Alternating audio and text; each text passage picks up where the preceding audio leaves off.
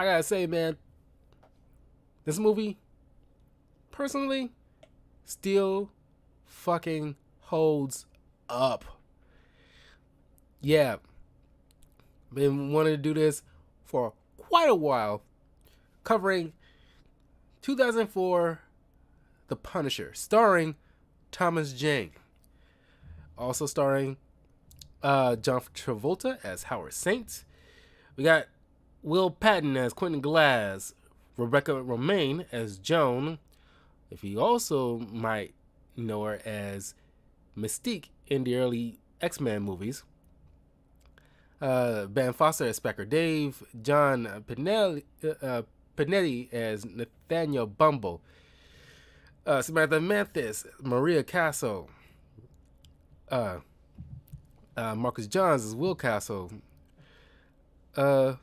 Russell Andrews as Agent James Weeks. James Carpinello as dual roles as Bobby and John Saint, twins. Laura Herring as Olivia Saint. Eddie Jameson as Mickey Duca. Kevin Nash as the Russian. So, yeah, man.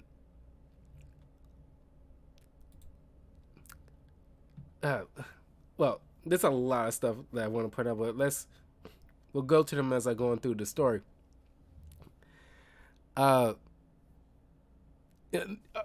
first I want to point out, like, yeah, they made some, well, not too much, but like, because they obviously bring up about, because Frank Castle in the Marvel Comics is a war veteran that came home after tours of duty, and but in this, well, in the comics, he come after a tour of duty. He just want to, like, settle down, have his life with his family, and then the tragedy happens when they happen upon this mob hit, and his family get caught in a crossfire, gunned down. He still managed to survive. This resulted in him, like, just snapping and just waging his war on all crime. Just killed just anybody who just, like, hurt innocent people. He just, like, murks them.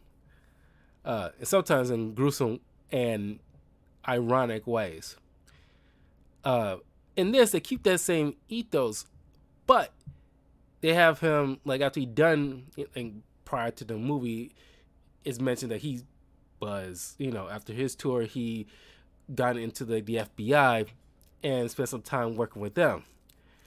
Now, there's, I had like a bootleg, because I still kept it after so many years, but like a bootleg version of this movie. However, I decided to, like, buy, like, the movie on Amazon Prime. However, they didn't have the option for the extended edition because that has deleted scenes that fill in certain gaps that kind of really elevate the story. Even though, like, theatrically it's still solid, but including the deleted scenes, it really elevates, like, certain narratives. Just like with the Ben Affleck's Daredevil movie, and there's an extended edition, and there's certain spots where it really elevates the movie overall than the theatrical version. And I kind of wish that for future installments down the line that you only get, like, the extended edition when it's, like, on, maybe not on cable, but if you can buy it on, like, a streaming or something like that, it should be automatic. But so in one of the deleted scenes, there's an extension of the beginning of the movie. By the way, the soundtrack in this is pretty dang solid. I love the soundtrack to The Punisher. And there's like a moment where, because like for a while in the early 2000s, a lot of Marvel films at a time, which I kind of enjoyed that gimmick, but it is eventually stopped altogether doing that. But it's like with like the Fantastic, Tim Story Fantastic Four films, and like the Punisher and Ghost Rider. They had their unique Marvel logo. Like the Ghost Rider one had like all these spikes and chains, and it's flaming up, and then like the Fantastic Four has like this blue white color scheme of the flip effect of the Marvel logo, and in this you got black and white silhouette, and like two gunshots hit the logo, and it eventually turned to like a shape of a skull, but those gunshot spots on the logo, you see that emulated at the end of the movie when Frank Castle's vest with the skull logo gets hit with a couple of bullets, and it has those same positions. And I thought that was like a unique little symmetry there. I think that's the right word for it. But yeah, the extended edition of this beginning of the film, where you got these brothers, Bobby and John Saint, who is the sons of mafia boss Howard Saint, and the obviously is very Godfather-esque, where you got like little Fredo, the younger brother, is trying to like, oh, I can do this job, myself, trying to like, show like how he can like, help run this business without looking weak, and he don't need somebody holding his hand kind of situation. And the older brothers, well, they twins, so it's like, I guess he's slightly older, but he's telling the young-ish brother, it's like, father wouldn't approve, or father doesn't have to know. And then he tells the bartender, which is in their employ, to like go with him. And so he tagged along to Duca, who is brokering a deal with this guy named Otto Krieg. And of course, this is Frank Castle undercover, and they trying to set up like a sting operation with like this arms deal, and just to keep their cover, like when the SWAT and everybody else, like the FBI just starts like convening, then they shoot at Krieg, but it's fake, just so he doesn't seem like to let on that he was in on it or anything like that, to get away from any kind of suspicion. But one of the officers in like the ensuing fight hits Bobby. He's dead, and Duca gets arrested. And this is like there's a lot of, first and foremost, I want to mention that like there's some dark humor in this, and I still get a chuckle from it. But Frank is rolled in like a body bag, but like the EMTs unlock it, and he mentions like no one's supposed to die out there, which is ironic coming from him. You can see like his kind of mindset is, because he hasn't gone insane, he hasn't snapped yet. Also want to point out that, to contrast this to the comics, it's always been like a known thing for quite a while, especially among like, like, or at least more specifically for comic book readers, but also diehard Punisher fans, that Punisher, has been like told that he already, like when he's in those war zones, he's like, some people comment like how he's like at home there. He seems like in his element. He just like, just need an excuse to like continue that because he has like inklings of a psychopath.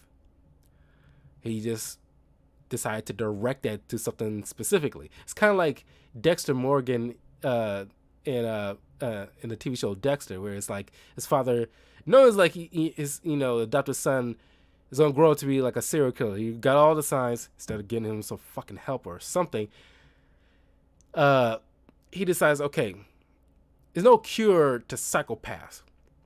He's gonna be this way for the rest of his life. So what I can do is show him how to get away with it, but aim it to like the really bad guys. So it's basically like the same thing. But I gotta say, the Punisher is like the ultimate revenge action type of character. It's like the only other in my, because there's been a lot of those kind of movies where it's like, somebody went after my daughter or wife, blah blah blah, and you go on this like rampage and like Commando with Arnold Schwarzenegger or something like that. However, because like personally, I think the Punisher kind of like really set the bar, but I think the only other individual who comes close to the heights of the Punisher is John Wick, because not only is roughly telling like the kind of revenge thing, but it's done in a unique way because it's not about like his wife. His wife's already passed for natural causes. He's already devastated, but she left him a last gift, a dog, to like he won't be alone. But then somebody killed his dog. I mean, I did like a movie reviews of the John Wick movies up on the channel, so you can check out my full spoiler reviews of all the John Wick films. But it's like that is a unique take on the revenge genre. But the Punisher is king of this because no one does it better than the Punisher, my opinion. So after like clearing all that stuff up and they go in like the back room, there's like a massive like a celebration of his retirement because it was supposed to be the last mission, and his friend Agent Weeks, who give him like those like gold watches, like those retirement things, because they both have one. He gave him like a the same kind of watch that he has, and in the extended edition, there's an extra little dialogue where after they find out like it was Bobby Saint, the son of Howard Saint, Frank Castle's like run off to like get home. His he points out to his friend like stay away from those casinos. Clearly showing that the guy had some gambling issues, but you realize a little bit later in the film how severe that is. But I also want to point out that, like, kudos to Thomas Jane and his performance of this role, because, yeah, I like all the guys who played the Punisher. Dolph Lundgren in the 80s or late 80s, early 90s. I think it was 89, possibly. I don't know, 89 or 1990, but. You got Thomas Jane. You got Ray Livingston, I think his name is. He was, Volstagg in like the Thor films. Hold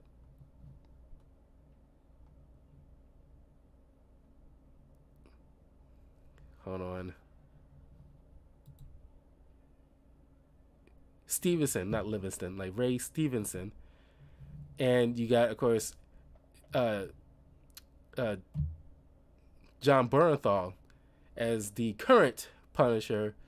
At least as far as everybody is concerned, he's still like the current Punisher from the Netflix TV shows, now currently on Disney Plus, which eventually I would, cover, well, at least all the former Netflix Marvel shows, except for maybe Iron Fist, because uh, like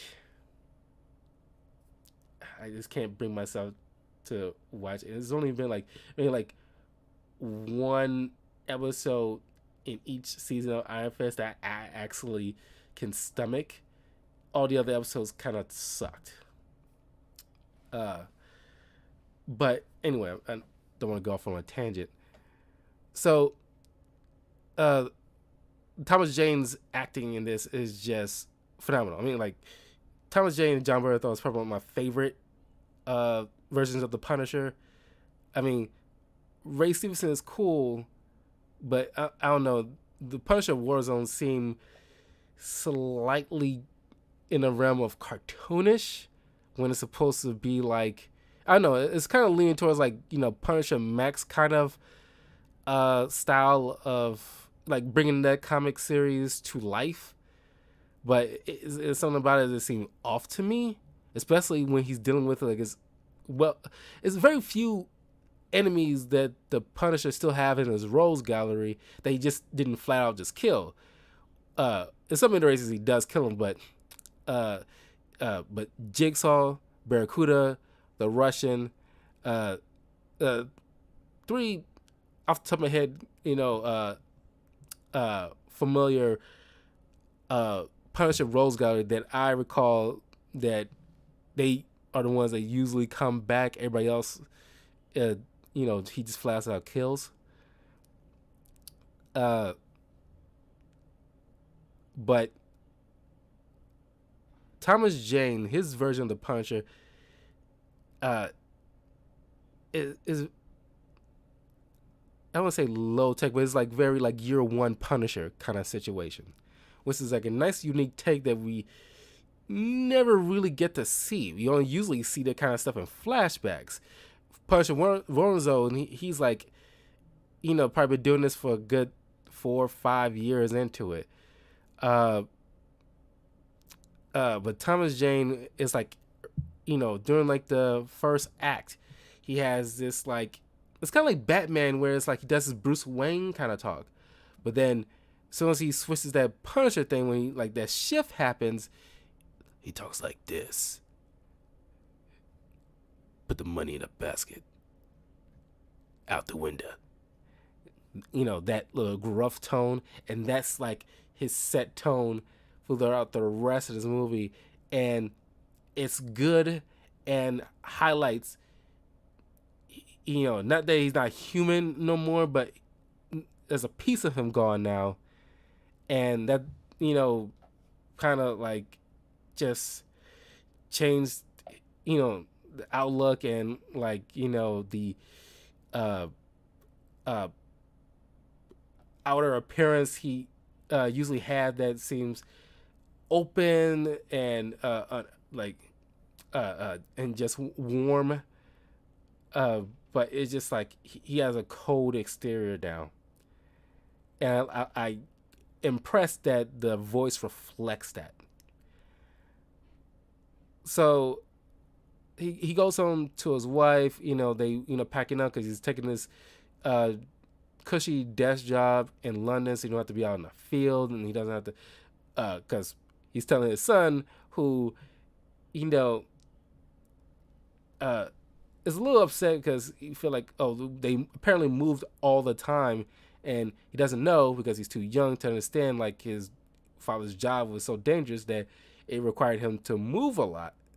But now that was his like retirement, he moving this one last time into London, safe, and it's just like you don't have to worry about that anymore. And he's like, when you get a little older, I'll tell you why we have to move so much.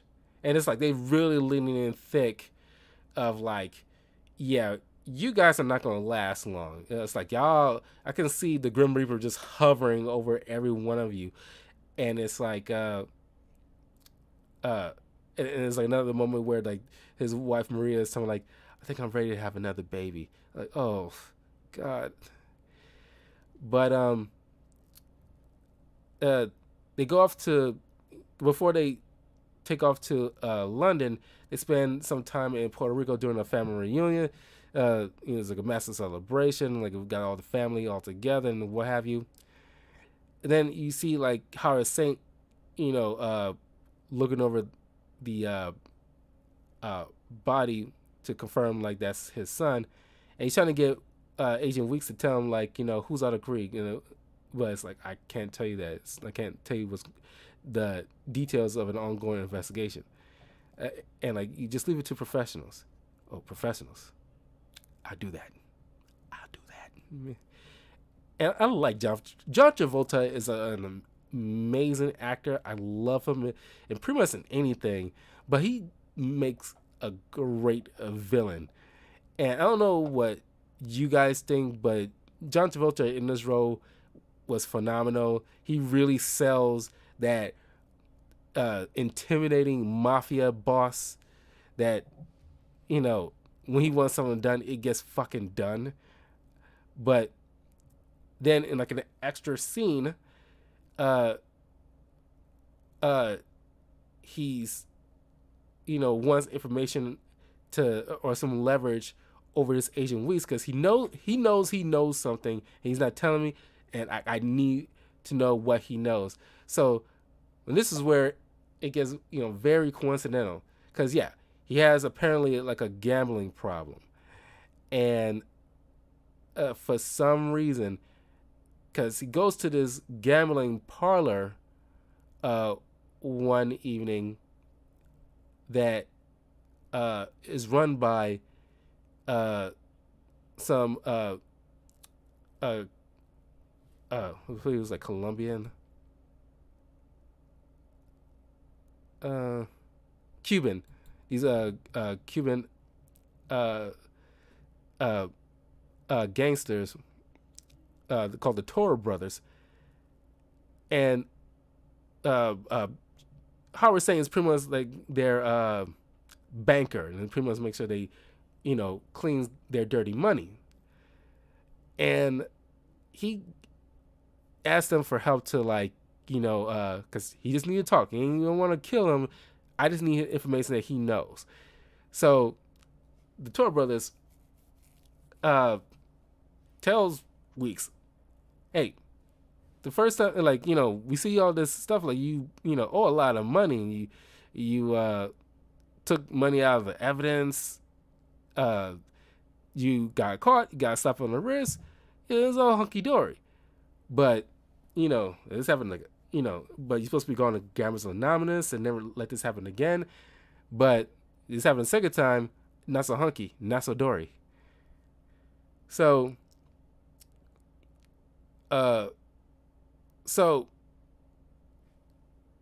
holding that leverage over Weeks' head, Howard Saint asks again, who is Otto Krieg? And he says, that's not his name. And that right there sealed the fucking deal. And so you see a little bit on in another scene where they're at the funeral of Bobby Saint. And well, before I get to that, there's another awesome scene that I really enjoyed. It's a lot of cool scenes in this film. They spring Duca out of police custody because he knows who brokered the deal, which is Otto Krieg for all they do. So they bring Duca out. Quentin Glass, the that the lawyer and consigliere for Howard Saint, gets the crew to like just pretty much like beat the mess out of Duca, and Duca is telling him like if it's any comfort to Mr. Saint, he's dead too. And I love this dialogue from John Travolta. It's like, well, there's no comfort at all. It's like well, it's not. Actually, there's no comfort at all. But what would be comforting is watching the slow death of a man who is supposed to be watching my son and make sure he stays out of trouble. And like, you hear Duca just pleading for us, like, I didn't know it was going to go down to this. I'm sorry. Oh, well, ignorance is no excuse. The man who he takes a gun from one of the henchmen, and it's like the man who caused the death of my son must die. And he looks he's about to murk Duca, but he shoots the guy that handed him the gun in the first place because that was like I guess the bartender that's supposed to have been keeping an eye out for Bobby, and and he's telling like saying like John told me to go, and John just stood there. Was like just not fast enough. It was like, wow, you're a piece of shit, and like Howard shoots him again, like and like the guy just pleads like, it was Bobby's idea. He thought he could press you or something. Thank you for that bit of information. And bam, my son didn't need to press me. And it's like, it's like, I like that scene because it's like, this is John Travolta. It's like, he elevates the freaking role as Howard saying. It's like nearly one of my favorite John Travolta roles because like, I don't think it's appreciated enough. And it's like, every time he's in a scene, it's just awesome. But yeah, it was in like, once they figured out about like Otto Creed, that, he's really Frank Castle, an former FBI agent, Quentin brings the documents to the Howard and his wife, and tells him like, yeah, apparently he's on like a family reunion in Puerto Rico, and Howard's like, well, go down there and kill him, and the wife is like, wait, his family, his whole family, and I was like, that that reminded me, this woman, like her and Kingpin's wife Vanessa are two fucking peas in a fucking pod. Because if you remember from Daredevil season 1, when he just sets out bombs in the entire, like most of Hell's Kitchen, and she just stood there and accepted it. It's like, oh, you're just rolling with this, and you pretty much are fucking psycho. But this woman is like, she's right there on that crazy scale where she's just like ruthless and just like gives zero fucks about murdering an entire family, including the guy that like, oh, like he murdered my son. Oh, I'll just the equivalency, just murdering your entire family. And so that sets everything off. So, all the while this is going on, Frank is enjoying like just time with his family that he just like feel like he's been missing out on throughout his time in the agency. So he just overjoyed just to just be with them. But that's when you get like the Saints crew come all the way over and just massacre his entire family. It is brutal. Like like I usually skip over this part because there's a certain level of gratuity that like I can stomach, and when something happens to like children especially, that's like that's where like you're crossing a line in my mind's eye where it's like, okay, this is a little bit too much for my taste of like what like I want to mentally take as far as like, because all the other stuff in the Punisher and the other Punisher films and TV shows that I can watch all day long, but it's just this part, like it's just like when like I mentioned in my spoiler review of season 1 of JoJo's Bizarre Adventure, when Dio turned this woman into a vampire and allow her to eat her own baby. It's just like, that is fucking too far. I just can't. But I also want to point out that this is this did something that no other variation, even the comics, never address. And I'm flabbergasted that it's never even like brought up, even to this day. Is that in the comics and other iterations of the Punisher, it's just like always just his wife and children, and this is they only have like one son in this movie, but other iterations he has like a son and daughter. But in these other variations, I always thought, even in the comics, it's like, okay, you lost your wife and children. Do you have like parents of your own? Where's your wife's parents? The extended family? Like, where are they? In this movie, they kind of address that, or at least make sure they shut that down. Like, no, is the family's gonna, it's not gonna be just his wife and kids. Because this movie was directed by, Jonathan Hensley or Hensley. Uh, he helped write like Jumanji, Die Hard with a Vengeance, Armageddon. Yeah, so like, uh, he has some good stuff underneath his belt. But it's like, he came up with the brilliant idea to acknowledge the fact that he needs to be, alone. His family, even still, it's like, I've been to family reunions before. Not there's always like a few outliers that could not make it to the thing. So even then, you should still have straggler families somewhere out in the other parts of the country or something. So it's like, even then, but I'm still like appreciate that. By and large, he's by himself. His whole family literally is gone down. So John gets a hold of Punisher right after he and the crew just run down Castle's wife and son, murders them right off the bat, and like they seemingly kill Castle, but he managed to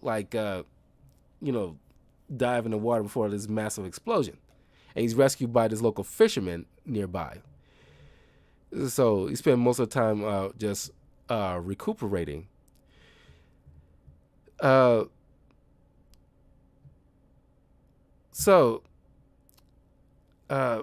during that period, while the Saints are celebrating like their vengeance over Castle, which is, here's the thing I want to point out, that it's not a knock against the movie, but it's something that like it did occur to me.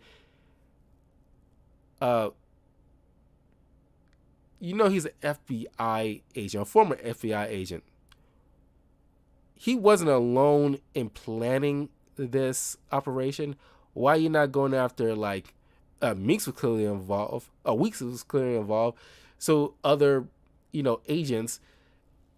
Why isn't it like just a full on like, okay, anybody's close to this case, I want murked. You just hyper focus on this one individual, like he did this all by himself. So I just thought it was weird. It's like he was the only one that got, or sort of got. So is after like it was apparently 5 months after just being nursed back to health by the fisherman, and he goes back to the area where like the massacre happened. Clearly, everybody, they clear out the bodies and still got crime scene tape all over. I bet you, like in some cases, that place would be considered fucking haunted because like ghost stories being told about this area where like, a whole family was slaughtered. So he goes back to like the cabin that he and his wife was staying at, and he gathered all the guns and a photograph of his wife and kid. And he finds the shirt with the Punisher logo on it that his son gave him, the last gift he got from his kid. And you see this, it's a cool shot, like, cool cinematography that shows or represents like the transition where you just holding on the black t-shirt and it's like, cause you see Frank Castle, he holds up the shirt and then it's like dead stare. And then like the fisherman's telling like Castle, Vayan con Dios, Castle. Go with God. And it's like awesome line from Thomas Jane. It's like, God's gonna set this one out. And it's just like walk off, like it almost feels like a NCIS kind of situation. Like,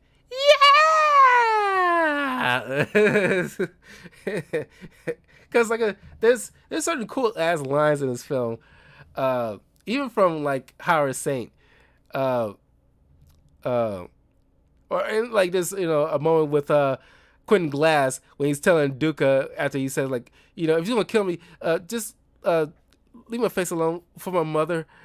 Like if I wanted to kill you, Duca, I will leave you. I would have left you in prison where I have friends that would do stuff to you that I can only describe as extremely pornographic. But I don't want a death of your karma or my death of your of you the your death on my karma of your death on my soul. But then again, maybe I don't believe in karma. But so he heads back to civilization because he's normally the Castles grew up in New York and stuff like that. But I guess because he had to move around, he was stationed in Tampa, Florida for probably like a good period of this time. So this is where we pretty much have like the movie set. So he's back in Florida and he goes to this shabby apartment, which is only had 3 other tenants because it's pretty much, I want to say abandoned traditionally because it's still like, it's just like kind of like a shabby apartment. So it's only had 3 tenants. You got this woman, this diner waitress named Joan, once again played by Mystique herself. But then you got these characters that are from like a few Punisher comics. Spacker Dave, who got just like a face full of like piercings and stuff like that. Very skinny dude. But then you got this guy named Bumbo, and like, man, I don't know. It's just like I think the joke really got played out so long ago, where it's like, oh, you got the fat guy, in the team or in the movie, and like, oh, let's lean into the joke that, oh, he's fat. Get it? He's fat. It's like he always got a piece of pizza in his doggone mouth. It's like, get it? Because he's fat.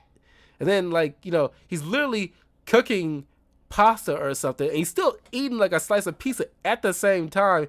Get it? You guys, he's fat. You check out Bumbo on the Marvel Wiki or just Google it, and you'll see that in the comics he's a lot fatter. It's like cartoonishly fatter.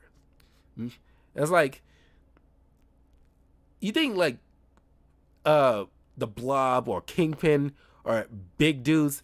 This dude is like cartoonishly big. And it's like some Three Stooges level of like cartoony kind of supporting characters. But they're good characters. But it's like I really wish that they didn't just stereotype the large guy. But I guess at the time they kind of like was working with what's in the comics, and he's just like the running joke, like he's fat. So let's not give him anything. Well, he's also likes opera music, so you always singing that.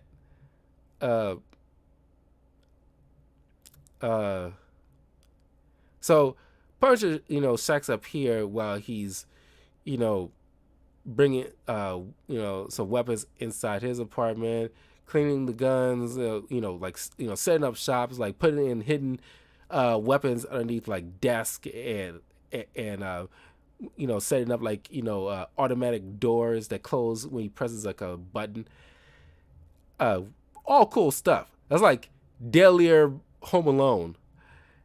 And like he fixes up the car.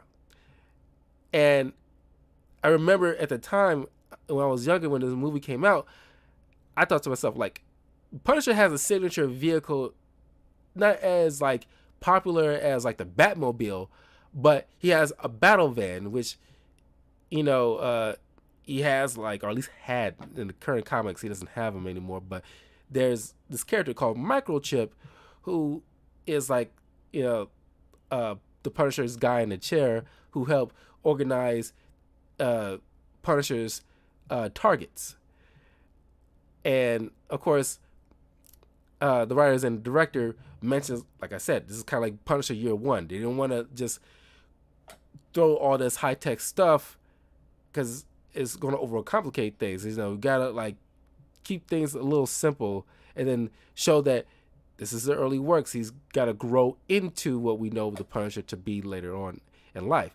Kind of the same way where like Robert Pattinson's Batman, that's just like year 2 of being Batman, and it's like he's still early stages. He's still learning stuff, and he's good, but he doesn't have it all together just yet.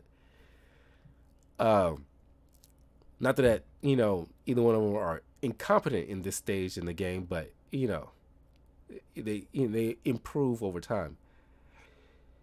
So now these other tenants like are so like curious about this new tenant, and it's like Jones like, maybe he's an artist. Yeah, right, an artist. I was like, does this guy look like a fucking artist? But then Punisher goes out, finds Duca, and brings him back to his apartment, string him up. And it gets kind of dark, but also kind of freaking funny. Like I said, the dark humor in this is pretty sharp. He explains to Duca that, like, you're going to have to tell me what I know.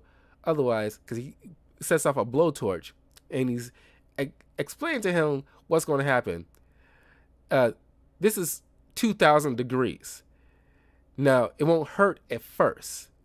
It's too hot, you see. This is enough to turn steel into butter. This fries your nerve-ending shots. All you feel is cold. You smell burning meat. Then it will hurt. Isn't science fun, Mickey? and Mickey just like freaking the heck out. And like while because he's like he got like a steak in this pan as he's frying up with the blowtorch. He's taking like a popsicle in his other hand and just rubbing it on his back, and he's just like and like Bumble and Dave like they like he's killing somebody in there and we're next. You're right. And Dave just hightails it back in his apartment, and Bumble's just like, yeah, like, don't call the cops or anything. You hear some dude screaming in another guy's apartment. And so Duca spills, about like, Sank's dealings with like the Toro brothers, and like the Punisher shows like, you're right, and it really torture you. So Duca, because in the comics there is like a Duca that works with like the Punisher. Don't seem like is done all that often. Not sure if he's dead in the comics currently or anything like that. Because I read a decent amount of Punisher, and like I never come across like a Duca, but it might be like a 90s type of character, but it just never like blew up like Microchip, because Microchip somehow like became like a signature partner, at least for like quite a long time for the Punisher. But he's telling Duca like, well, you have to if you work for me, work for me, or would you rather stay Saints lackey for the rest of your life? And Duca is not having any of that, because like he said, he hates the Saints, all of them. So he breaks down all these guys' is like comings and goings. Howard Saint has tea time in the morning 5 days a week. His wife, who was the one responsible of ordering the hit out on your family, she on Thursdays get her nails done and goes to the movies. And it's like, I like going to movies too, but if you go to the movies like every Thursday, what the hell are you watching? And what's coming out every Thursday that you just have to see? And that always blew my mind. I was like, what's in it? Like, you go every Thursday, not every other Thursday, or once a couple times each month on a Thursday. But then he didn't bring up much about John Saint's little like you know his comings and goings kind of routines, but he just called him like putz because he just does come across like a putz. But then like Quentin Glass, who you find out he's a closeted homosexual. So there's another thing where the Punisher goes to his courthouse and he meets up with like his former buddies from like the bureau, and they all just shocked, and like the reporters behind them was like, "I thought you was dead," and then they go crazy, and like and then Punisher tells them, and this I'm pretty sure it was an extended edition, or like I just find this out somehow because it's still always in my mind even after all these years, because Punisher mentions it's been 5 months since my family was killed and I don't see one man in jail, and it's brought up at somewhere where it's like Punisher gave the justice system a chance to do what's right and deal with these guys because they took my entire family.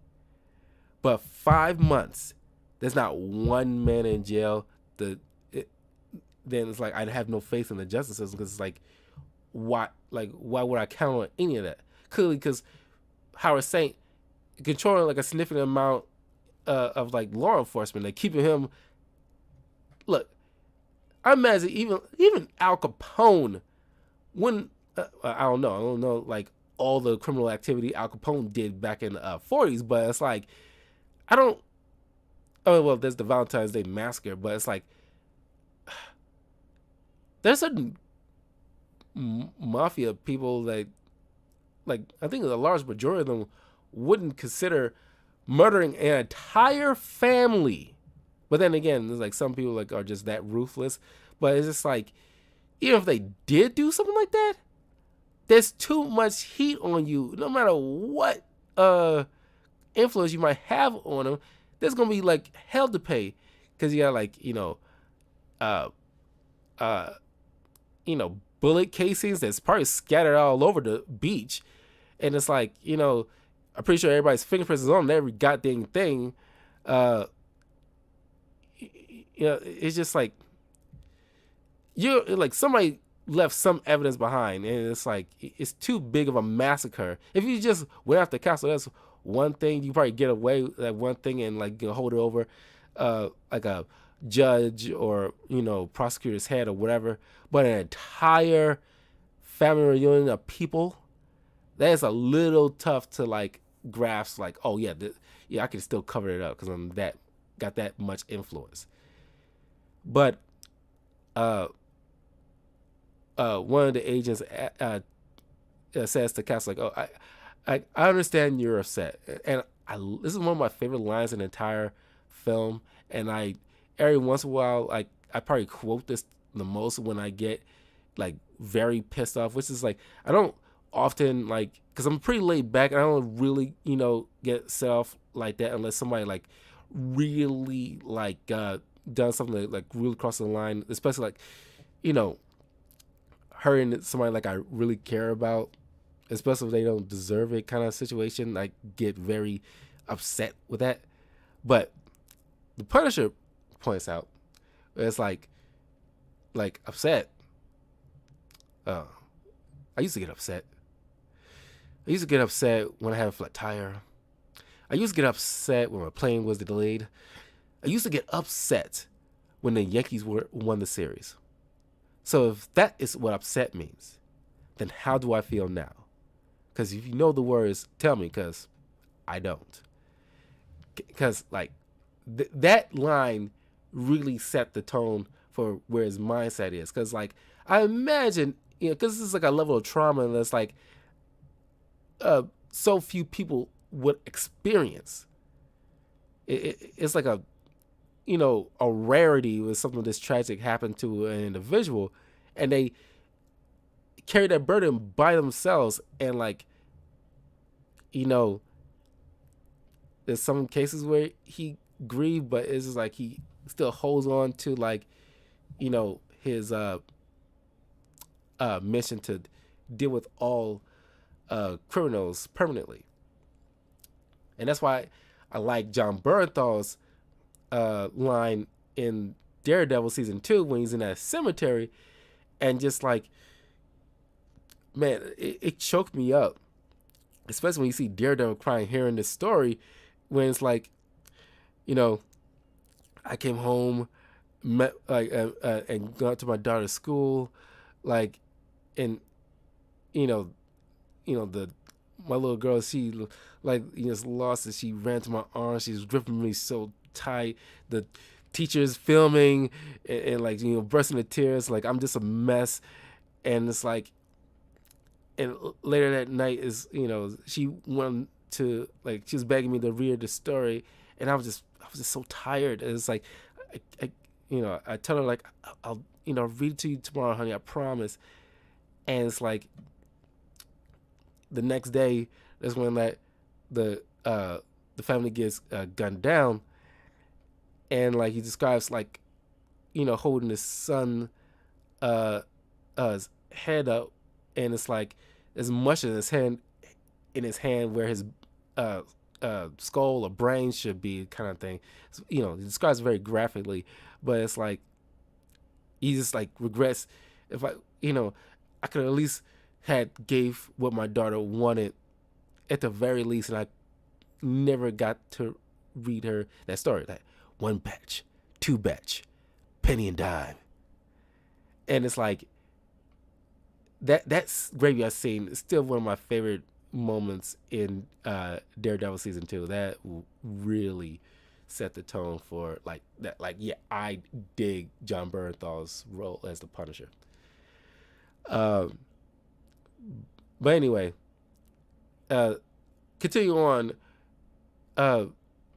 Weeks offers like, we'll put you in like, witness protection. Like I don't need witness protection. I just need someone. I just need to know who gave me up. And then you see another scene where it's like, he's sitting with his friend, and he notices like Weeks got this new car. And it's like, what happened to your old car? Oh, I'll trade it up. Buy American. And it's like, this is like really make the gears turn. You see the gears turn a little bit in Castle's head. I was like, okay. But then like you see another scene where Castle's kind of like fronting like, like if I need any peace, I'm not gonna get it in Tampa. I'm gonna be getting out of here. And then like he notices like his friend doesn't have his watch on, which is something that they will never take off. And like now it's like you see a look he gives Weeks, and it's like, it's like, I will see you later, Frank. It's like, I was like, oh shit. But anyway, after like Punisher deals with this psycho ex-boyfriend of Jones and like kicks his ass, really changes these guys' opinions about Punisher.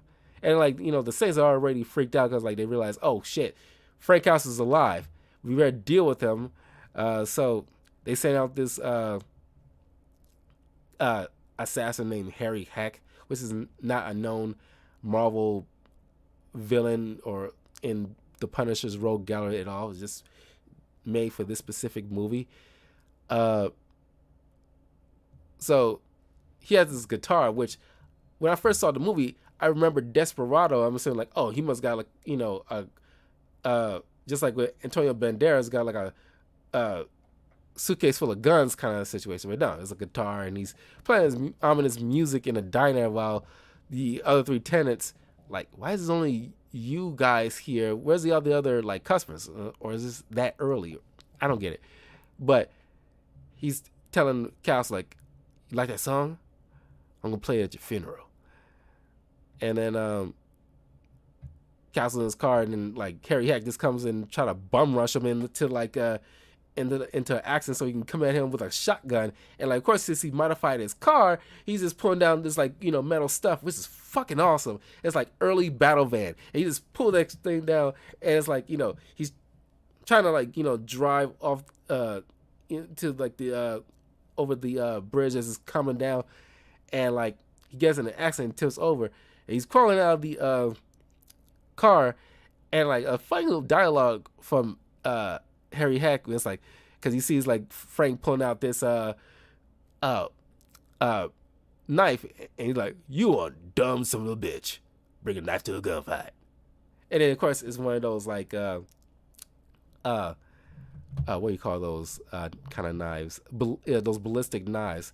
Which, if you watch my watch along of Deadliest War, when like the Russian Spetsnaz versus like the Green Beret, they have they utilize that ballistic knives. I want to say like more often than anybody else, but that's part of one of their arsenals. And like that will definitely catch anybody by surprise if they're not expecting a gun to be a gun. So he shoots it off and aims it perfectly into this guy's neck, and it's like it just squirts out like blood, and he's just passing. Like, it's fucking awesome. But he takes the guy's keys and takes his own car, and I kind of feel bad because like you spent like how many days souping up this car, and now it's like, oh well. And it's like, that's freaking disappointing. I was like, you did all that work for, I won't say for nothing. It did save your life, but still, it's like, God, you probably keep it for at least a little longer than that. But anyway, now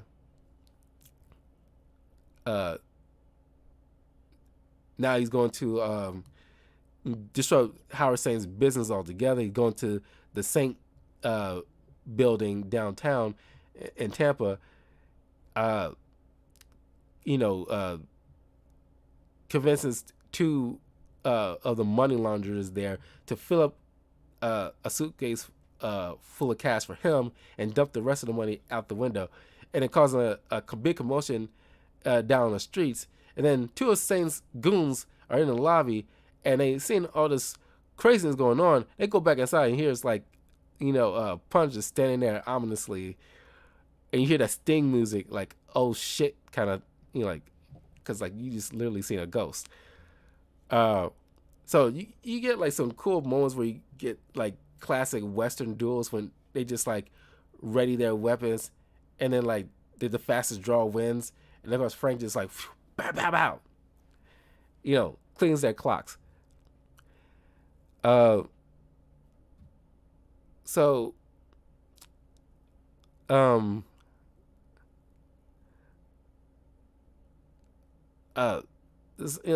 Saint eventually decides, okay, call in the Russian, because like he's getting fed up at this point, and it's already getting worse when the Toro brothers get on his case about like losing, because that money that is falling out of the sky, that was mostly their money. So now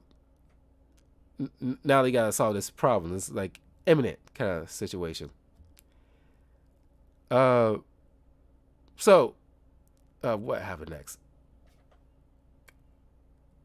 Castle gets invited over for like, well, it's not Thanksgiving as they put it, but it's like they're trying to just have like a big meal together as thanks for like helping them out with that little situation with that psycho ex-boyfriend. And of course you see him like just really chowing down because he was eating sardines out of a can a few minutes ago. It was like, wow, that's not healthy. And it's like probably a lot of mercury. But he's sitting there because it's probably been like a mighty long time since he had like a nice home cooked meal. So he's just like just chowing down and just and like everybody's looking at him just like, but they got smiles on their faces like, you're enjoying the food, we're glad. But he goes back to his apartment, and then like you think he gets another knock on the door. You thinking it's one of the tenants again, and then it's the Russian, and it's like it's kind of like whack, and it's like just bonked him right in the middle of the face, and this Kevin Nash is like a big dude, and like this is like an awesome scene. This is like one of my favorite scenes in the film where Castle. It's very few of Castle's roles gallery that can actually put him through the ringer, like really like push him like to the edge. Where you got like Bullseye, the Russian, Barracuda, and to some extent Jigsaw. There's only four in the top of my head, and like but Russian is like just like a mindless monster half the time, and you just like no matter what you do, he just like eats any blows that you land on him, and like he's tossing Castle around like a rag doll, and like Punisher takes one of the knife he took off of that psycho ex boyfriend and like try to stab uh, the Russian, but he is not phased by that wound at all. He just forces Castle's hand, up, and then turns the knife and slowly gets, that knife into his chest, and it's like ah, it is, it's like a beast of a fight. It's like I don't know how you would put it as far as like greatest like fights in like superhero movies. It's probably at least in the top 20. I wouldn't put it in like the top 10, but it's pretty raw because like he's trying to throw like a grenade at the Russian. He uses like a crowbar and smacks like a baseball into the window leading into the bathroom, and it's like, oh shit, and he hops in the bathtub just to escape from the blast somewhat, but it still got his bell rung, and now he's like tossing him through like the building some more, and it's like, and he's like, he took off the toilet through the wall and just swung it and smacked him right into the gut with that thing and he got plowed right through the wall. I was like, holy shit, this dude's a fucking beast.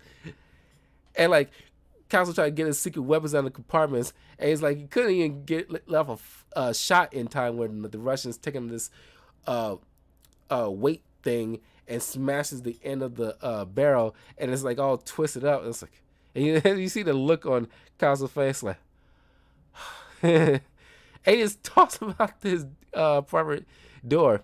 All the while, these three tenants are just listening to opera. They're not hearing any commotion until the Russian throws him through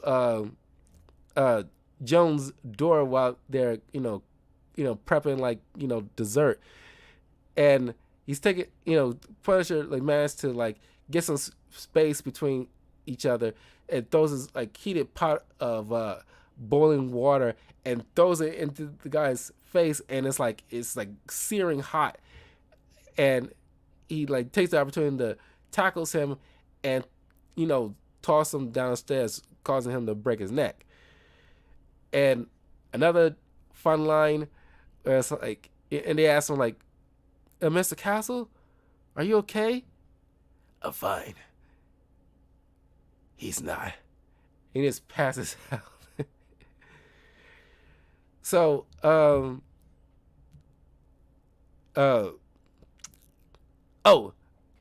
forgot to bring up, thanks to Duca's information, Frank Castle, because I will cover like a Punisher comic tomorrow at some point, but Frank Castle, you don't think he's like a good strategist, but he's like an excellent strategist because he manipulates the Saint family expertly, whereas like trying to convince Howard Saint, because he was told by Duca that anybody looks at he covers the wife the most. Anybody looks at her wrong, he ends up in Tampa Bay. So he decides, okay, I'm gonna manipulate, using a voice modulator, calls via, calls through the phone via Mrs. Saint's car, as he drives it to the location where Glass is going to, after he's manipulating him to like, oh, I got evidence of you and your boyfriend. Give me $5,000 and meet me at the Wyndham Hotel at 9:00. You don't want Mr. Saint to find these. And so Glass goes. So and this causes like Mrs. Saint to get parking tickets that he takes off. He gives later to Duca, and just to like set up the phone call history and set up like location history, just to convince Howard that these two are fooling around behind your back, even though I guess at that time it was like the mafia people like still look like down on like any kind of homosexuality in their ranks. But so all this stuff is and like he uses like the earrings that Howard gave to his wife as an added bonus to sell the ruse that they have a affair behind his back. So while this is going on, John and the other goons and Glass comes to, I don't know how they figure out where the Castle lived at, but they show up, see the Russian dead, while Jones finished up patching up Castle, and they hiding in like this little secret panel in the floor, while Dave and Bumbo are just staying behind to, convince them like, we don't know anything, but Glass still pursues in using pliers to yank each piercing off of Dave's face. But Dave come across as like, some kind of meth head or something like that, or former meth head, the way he, guys like his body language kind of screams out. But, clearly is, probably not the case. He's just awkward. But I gotta give him props because like despite being, I don't know how many people would can like survive through, if you got like even like a few minor piercings, getting them forcibly yanked out via pliers. I don't know how many people would like actually survive, because there's trauma and like blood loss and stuff like that. Of course, they eventually take him to the hospital, and like this cool moment where like like I guess they didn't know anything, so Glass, John, and a couple of other goons leave, but they leave one behind just in case Castle comes back. And like this cool moment where it's like, I don't even know what those things called, but you see it in craft shops and school and in schools a lot of time. This like this big cutting board where you cut like construction paper and stuff like that. He yanks the blade off, and like a freaking samurai sword, he comes overhead and cuts right into this guy's skull. It's like freaking badass. And like he sees what happened to Dave, and he's telling him like like, you don't owe me anything. Why would you do that? Because you're family, man. You're one of us. And it's like, I don't think I appreciate it like I should back in the day when that line was said. But like I get it now. It's like, we're all outcasts in some way, and you just one of us. It's kind of like having like an adopted family. It's like you don't have to be alone. So Castle decided to finally take this the final act of the mission is coming to the head, so get the ball rolling. But of course Joan is like opposed to it, even though she can't stop him, thinking he's gonna die, but he's dead set on completing his mission. And then you hear him like narrate as he's writing up this declaration of intent, like he mentions about like this Latin line that the boot camp officer made him and other recruits recite like a prayer, Siccus Pacem Peloponum. I might be butchering that, but basically If you want peace, prepare for war.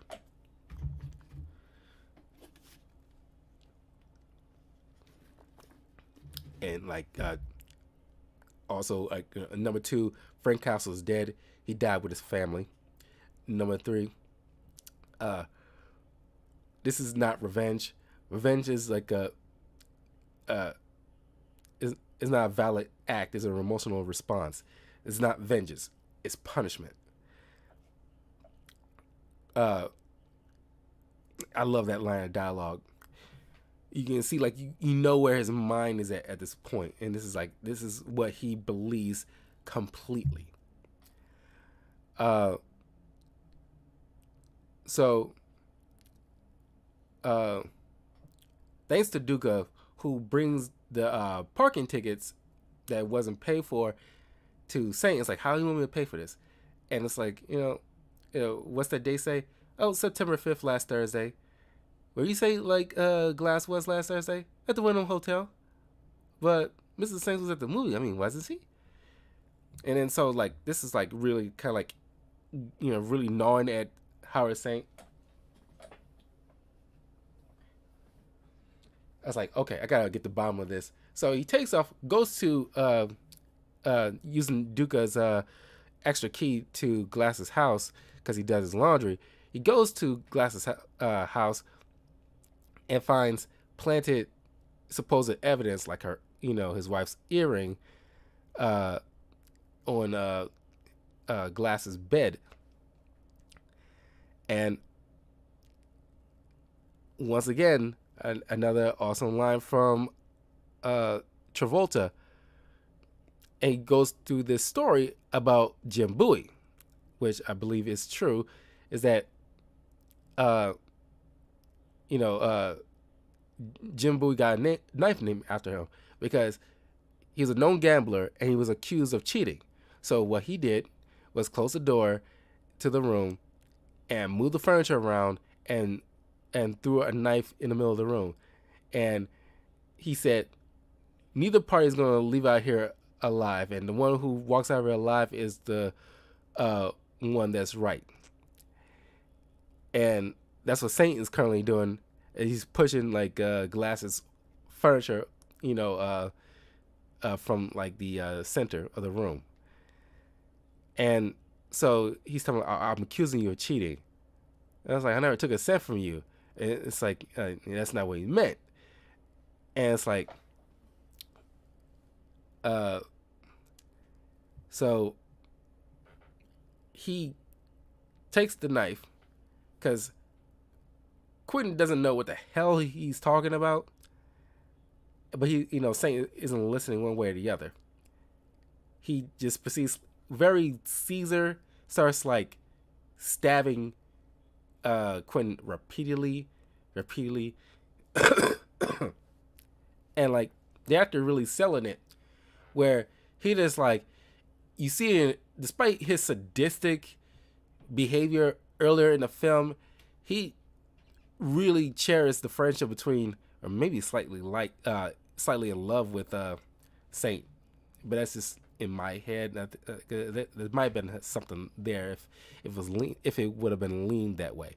But he's just like whimpering like, Howard, you killing me.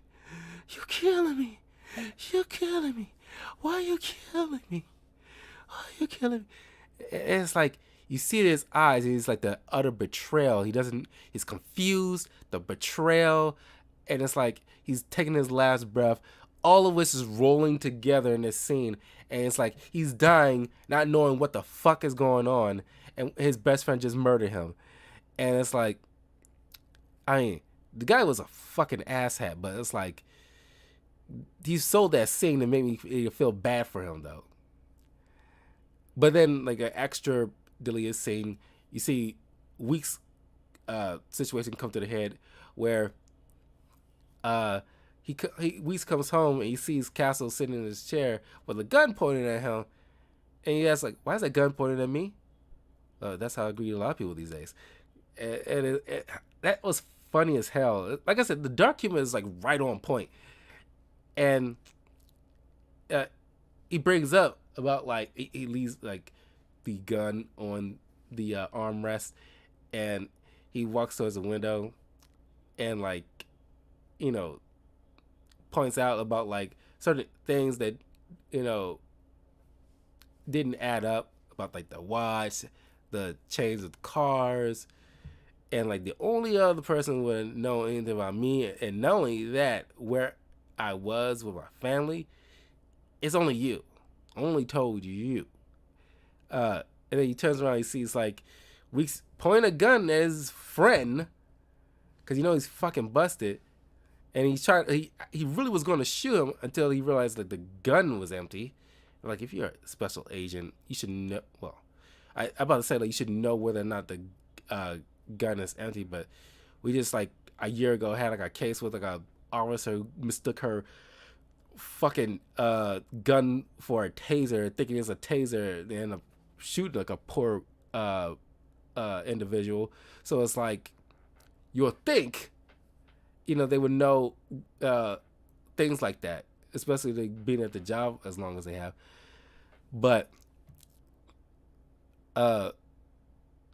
Frank, tells Weeks that he has to like pretty much tell him to kill himself, punish yourself, and and he gives like a bullet to Weeks, and he's telling Weeks, it's like, let's just go out like friends, not like animals. And it's like, once again, it's kind of like very sad, because it's not often, it's honestly rare that Punisher let a victim go, or not a victim, but like a supposed bad guy. I guess like the severity and like the extreme situation. You can see circumstances where he might willingly let like someone go that he would have any other day would have just murked on the spot. But he in the Weeks telling like, well, you do it. No, you do it. And he hesitates for a second, and then he just put the gun on himself and just blow his own brains out. And this is like really put like Castle took a minute, let out like a big sigh, knowing that I see it in a way as like disappointment, but relief that in the end his friend owned up to his mistakes in the terms of his own warped reality of his version of setting things right. So he goes out and like to finish up the rest of the mission. After Saint kills Quentin, she Mrs. Saint comes home, finds him just tossing all her shit on the ground, and he points out about like, oh, you fucking my best friend, like I got all these phone bills and like the parking tickets that you didn't pay that shows like you was at like the same place as him. And she's like, this doesn't make any sense. It's like I wasn't cheating on you, like he was gay, and he just lost and slaps her. It's like, you just say anything. So he drags her to the limo. The driver drives them to like a bridge where he just basically just like after she's pleading to him like, talk to me, Howard, you're not making any sense. and like she is totally confused about what the heck is going on, and like he gives her a final kiss and then tosses her ass right over the bridge, and she gets hit by a fucking train. And I was like, fuck. But it's like proper comeuppings for the very woman who ordered like a hit on an entire family.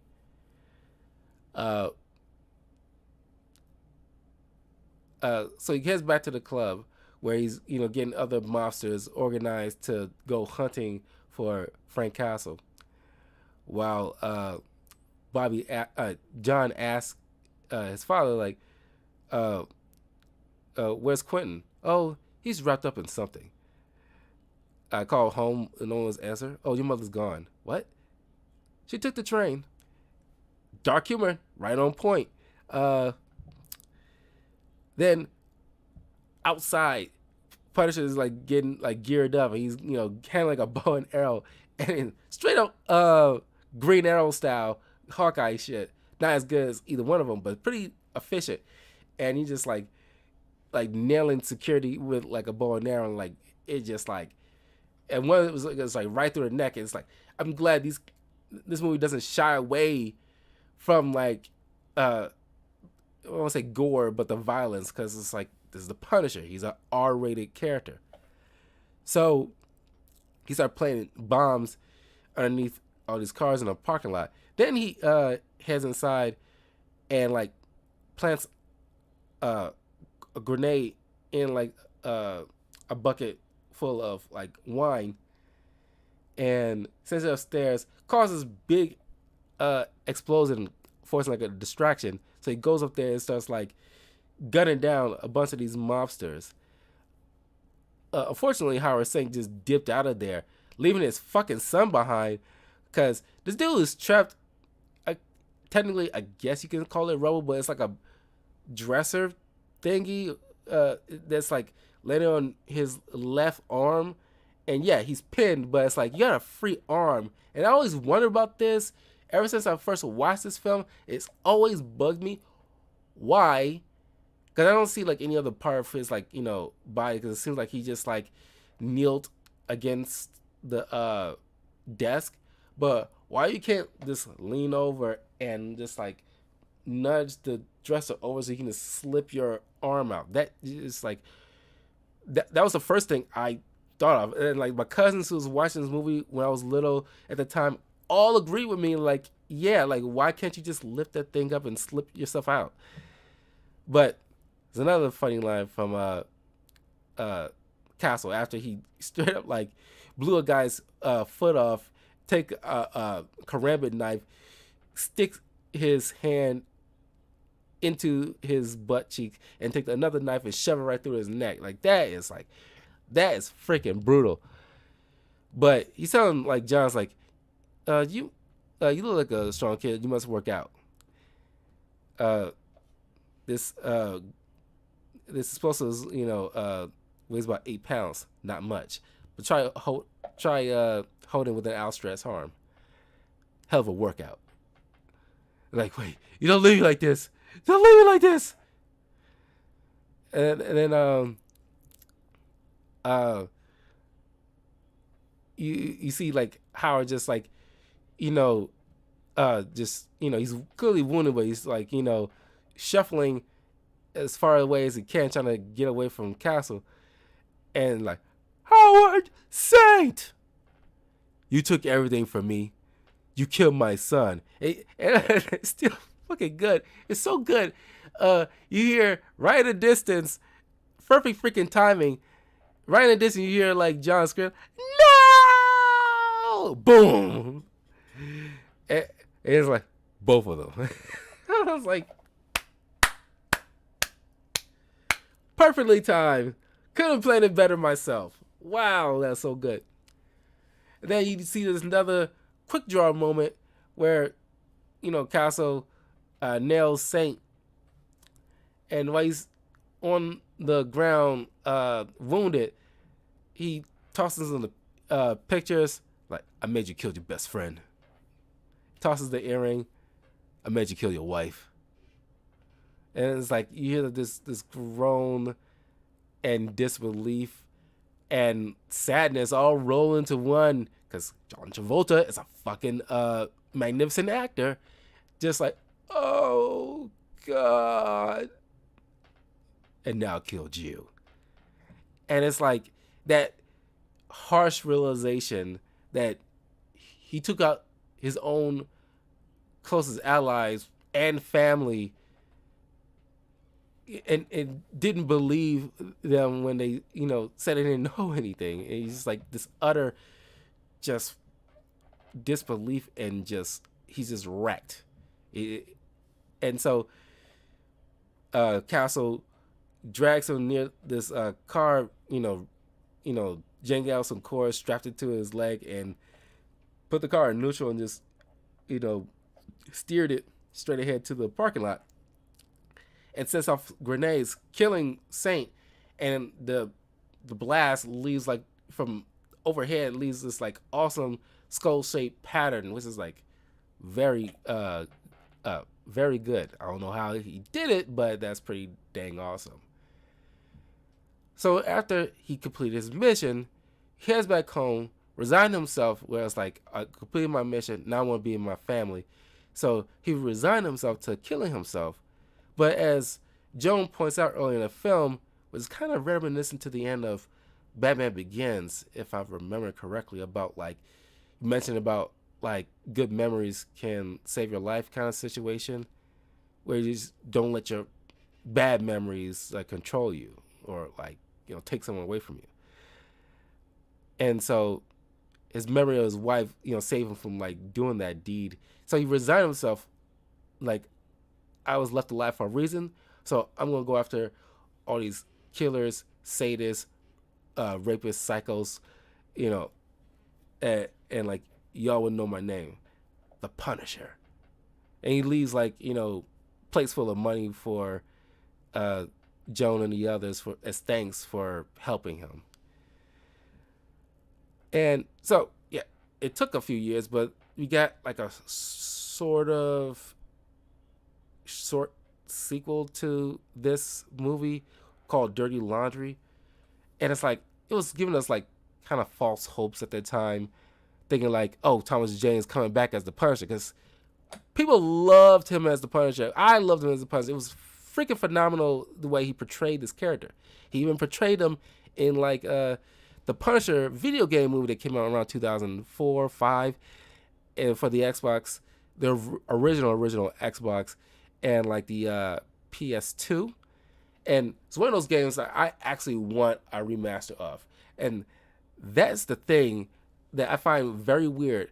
With like, you got like game companies making all these remasters and remakes of games that only came out like a decade ago, or shorter. Well, maybe not shorter, but like at least close around a decade ago. And it's like, why don't you remake games that is at least 20 years old, that you can get a remaster, like the Punisher game? I would love, because GameStop was a fucking mess even back then. I bought a used game of the Punisher for my original Xbox. But because it was used, it was like glitchy. And of course, YouTube walkthrough videos wasn't like a thing yet at that time. At least it was going to be like, soon, but it wasn't there yet-ish, or at least maybe I wasn't aware, or at least wasn't kicking off like that. But I could have used some help, getting past certain areas. But the game was fun, and like, I just wish I was able to complete the entire thing. But that's a game I want a remaster of, and for like the current gen consoles. And Thomas Jane reprised his role in the voice of the video game of the Punisher. But he also reprised his role in Dirty Laundry as like, it's probably maybe a year, maybe like a 2-3 years into the job, and you already see him maybe getting a little weary, or he's sleeping in his battle van. He actually got the battle van this time. So he's doing his laundry in this pretty much like shabby neighborhood, and I don't know, maybe he's at a point where he's like trying not to be the Punisher no more. He's like maybe disillusioned or losing faith in his mission, kind of thing.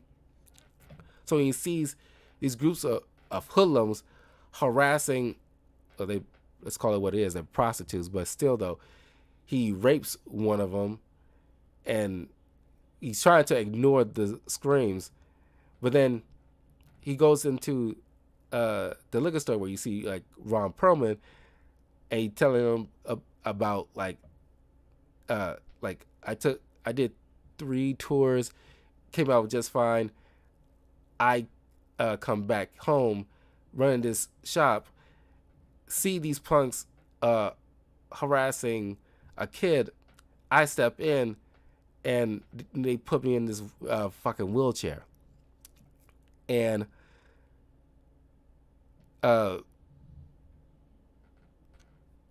so Frank just like buys this Jack Daniels bottle, and he just comes up and just bashes, a few of these guys' heads clean open, breaks their arms, and shoot most of the goons down, and severely wounds the leader, breaks his legs so he can't go nowhere, and then dumps like all the Jack Daniels all over him, and flicks a lighter. And he asks him, "Do you know what the difference is between vengeance and punishment?"